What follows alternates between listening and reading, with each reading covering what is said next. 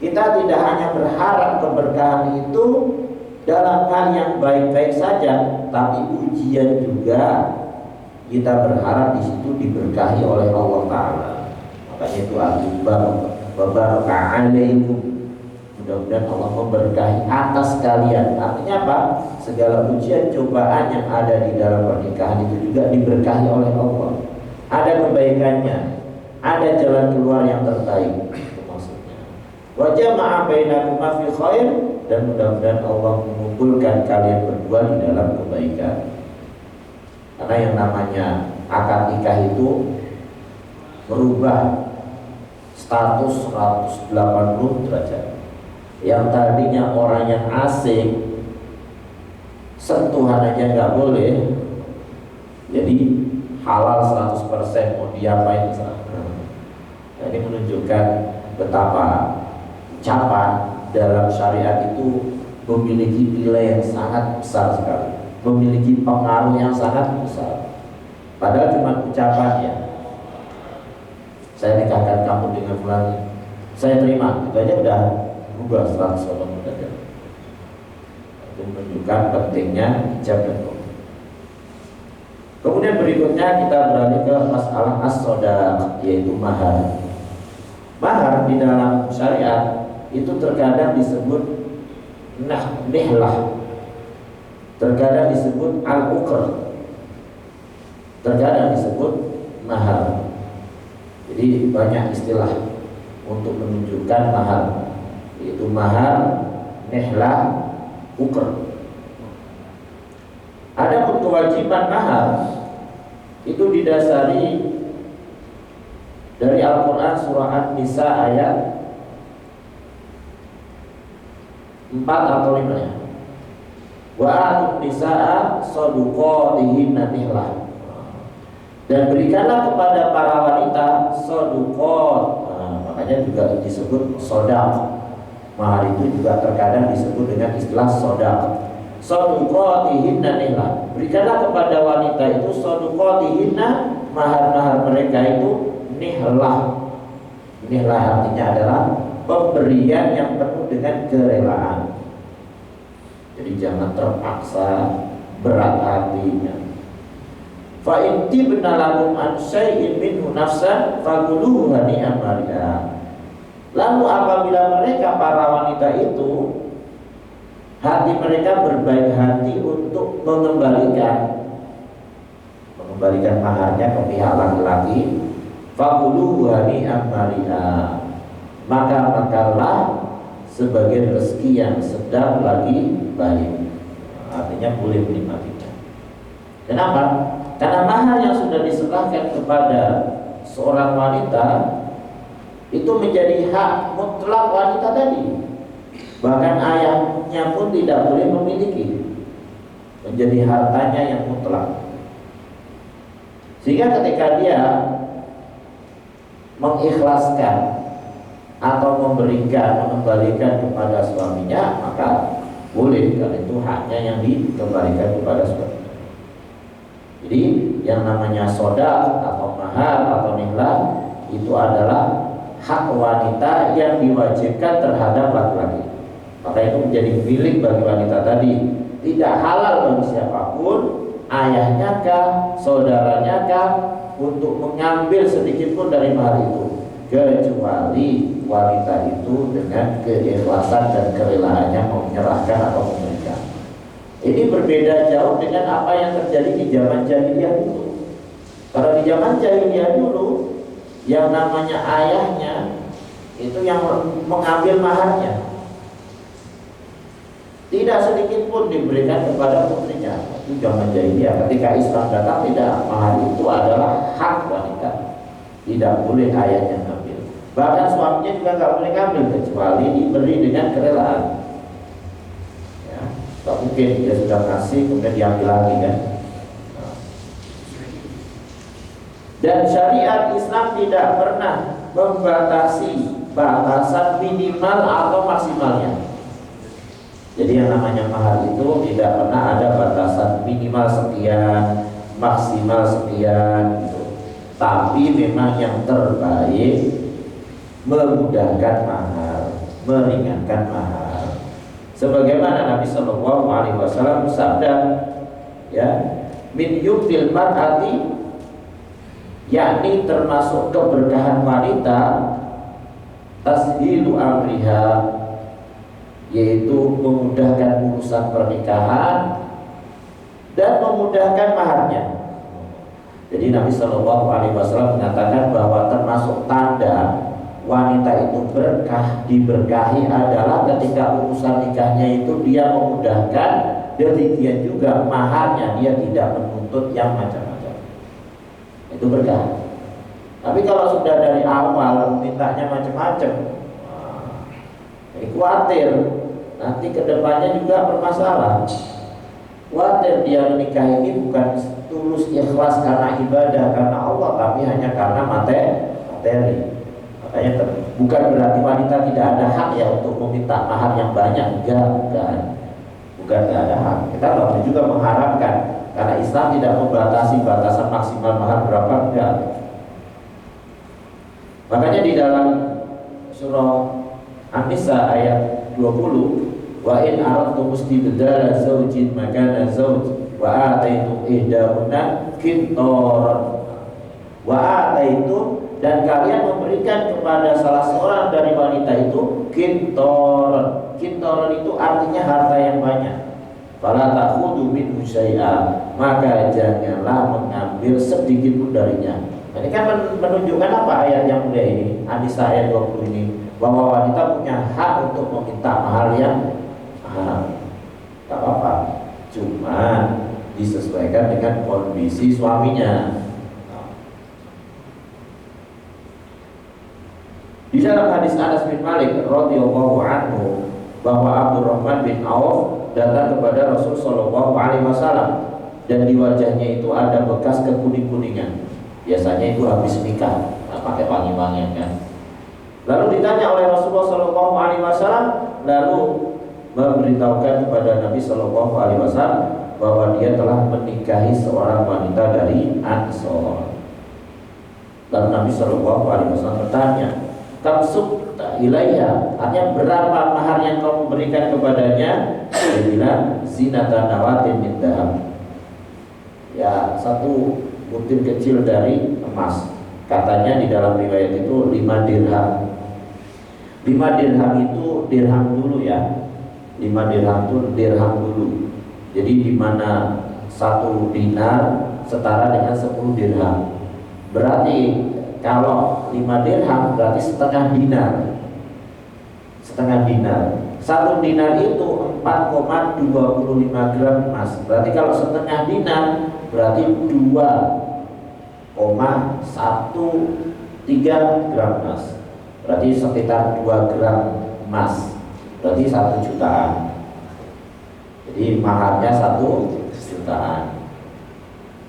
Kemudian Nabi Shallallahu Alaihi Wasallam mengatakan, "Aulid walau bisatin," buatlah walimah walaupun seekor kambing. Nah, ini menunjukkan bahwa walimah itu dianjurkan dengan kambing. Sunnahnya. Karena kita ketika walimah semuanya ada, makanan apa-apa ada, cuman nggak ada kambingnya. Semua makanan ada, tapi kambing nggak ada. Pada sunnahnya aulid walau bisatin, buatlah walimah walaupun dengan seekor kambing.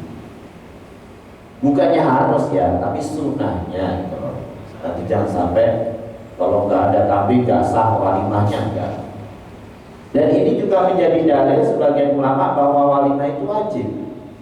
Karena Nabi Shallallahu Alaihi Wasallam memerintahkan aulid, buatlah walimah. Ya, yang menunjukkan perintah itu secara umum wajib. Tapi bukan berarti, kembali lagi ke mahar, mahar itu harus berbentuk emas dan sebagainya.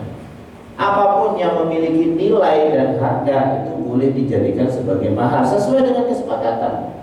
Zaman dulu ada seorang sahabat yang mau nikah gak punya apa-apa, bahkan terus disuruh iltamis walau khataman min hadid, carilah walaupun cincin besi. Akhirnya dia bilang, gak ada juga ya Rasulullah, walaupun cincin besi aja gak punya. Akhirnya Nabi SAW bertanya, hal ma'aka minal Qur'ani sayyun, apakah kamu punya hafalan Al-Quran? Dia bilang, saya hafal surat sekian dan surat sekian. Nabi SAW mengatakan, pergilah, sungguh aku telah menikahkan kamu dengannya dengan Al-Quran yang ada pada diri. Maksudnya hafalan, bukan mushaf ya. Terus bagaimana ini menyerahkan maharnya ini? Ya dia ngajarin istrinya surat yang dibaca tadi, yang dihafal tadi, ngajarin ngaji.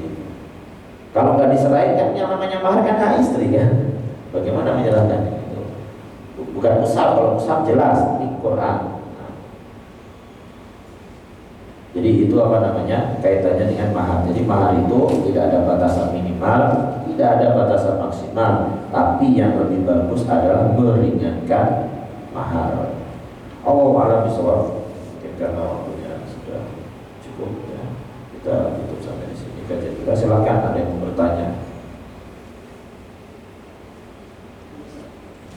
Bagaimana kalau misalnya kaumnya lebih dari 3 kali, apakah itu sah? Yang kedua, apabila wanita menikah nih, orang tuanya itu tidak setuju dan tapi dia tetap menikah dengan wali yang lain dan pihak keluarga itu, apakah itu sah?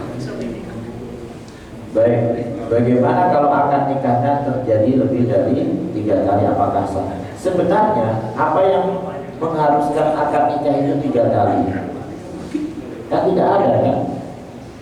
Kadang-kadang kita melihat di akad nikah itu karena grogi, maka dia menjawabnya dengan terbata-bata sehingga disuruh untuk diulangi, ya kan? Sebenarnya terbata-bata grogi itu karena kondisinya, ya. Kalau bisa dimakluminya, terimalah kan? Sebagai contoh, orang yang nggak bisa berbicara ketika dia tulis itu sudah sah juga, ya kan?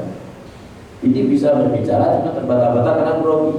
Sebenarnya tidak perlu juga harus diulang. Ada yang kemudian harus satu napas. Nah seperti itu juga tidak ada dalilnya. Dalam keadaan grogi, ya nggak pede, dia takutan, akhirnya ngos-ngosan kan, nafasnya putus-putus. Tidak ada masalah. Ada juga yang kemudian mengatakan antara ijab dan qabul harus nyambung, blok gitu. Itu juga nggak ada dalilnya. Memang nggak boleh ada jeda waktu lama. Masa walinya habis menyatakan ijab kopi dulu, baru kemudian setelah itu setengah jam kemudian baru qabulnya, itu nggak boleh. Tapi itu kan nggak ada masalah, ya kan? Setelah gini pikir dulu apa? Itu kadang-kadang ada yang kemudian penghulu nggak sah ulangi lagi karena harus nyambung blok gitu. Jadi selesai, tak goyang langsung dijawab. Nggak harus begitu. Itu memberatkan, ya kan? Itu memberatkan. Memang kalau lancar, ijabnya lancar, qabulnya lancar, itu lebih meyakinkan, lebih mantap. Tapi jangan sampai hal seperti itu kemudian membuat harus diulangi lagi 2 kali, 3 kali. Diulangi 3 kali, secara syar'i itu sebenarnya sudah sah itu. Cuma kasihan aja kemudian itu. Kemudian tadi yang kedua, kalau misalnya walinya tidak mau menikahkan, tadi kan di awal kita sudah sebutkan kan apa alasannya. Ada kalanya alasannya nggak syar'i, ada kalanya alasannya syar'i. Kenapa walinya nggak mau menikahkan putrinya dengan ini? Oh karena laki-lakinya ini nggak pernah sholat. Nah itu diterima. Nggak boleh kemudian dia pindah ke wali yang lain. Kenapa? Karena dia menolak dengan alasan yang syar'i. Tapi kalau alasannya nggak syar'i, dia menolak hanya karena materi, sedangkan wanitanya sudah senang, bisa berpindah hak perwaliannya ke wali yang berikutnya. Tapi sebelum langsung berpindah, hendaknya wali yang aslinya ini, ayahnya misalnya, itu dibujuk lah kan, ya, diajak diskusi, ya kan, tidak lantas kemudian membuka front perselisihan kayak gitu, jangan ya. Jadi nggak langsung kita. Oh malah soal. Oke, tadi disebutkan urutan wali tadi kan ada anaknya paman ya. Iya, anaknya paman. Vertikal maupun horizontalnya sudah ada. Itu kan jadi sepupu tadi ya. Berarti sepupu tapi dari anaknya paman ya. Iya. Anak lakinya paman. Anak laki-laki paman. Bukan anak lakinya bibi itu kan. Iya, anak laki-laki paman. Apakah artinya nanti kalau udah nikah menjadi makromnya? Enggak, dia hanya menikahkan sepupunya aja. Menikahkan sepupunya aja. Iya, tidak lantas kemudian dia jadi mahram. ya tadi. Iya, enggak jadi. Karena kan sepupu kan bukan mahram ya. Kalau dia jadi walinya tetap dia bukan sebagai mahram ya. Bukan. Jadi hanya sebagai walinya saja. Jadi mahram Karena tidak ada berlaku tadi. Iya, tidak ada pamannya, anaknya paman lah. Sebenarnya karena urut-urutan perwalian nikah itu sama dengan urut-urutan asobah dalam warisan. Kalau nggak ada ini, nggak ada ini, nggak ada ini, adanya sepupu, sepupu yang ambil sisa hartanya itu. Kalau nggak ada yang lain, seperti itu. Jadi bukan menjadi mahram Bukan. karena pernikahan bukan ya tadi. Bukan jadi mahram, karena dia hanya ibaratnya dia kan karena nggak ada wali yang terdekat, akhirnya dia menikahkan sepupunya kepada laki-laki lain. Baik, sebentar, Mas. Ya. Pak. Assalamualaikum. Ini fenomena ini sebetulnya makin muslim makin biasa. Di kita itu mudah-mudahan aja bos saja. Banyak yang nikah tapi udah mohon maaf hamil duluan, terus nikah.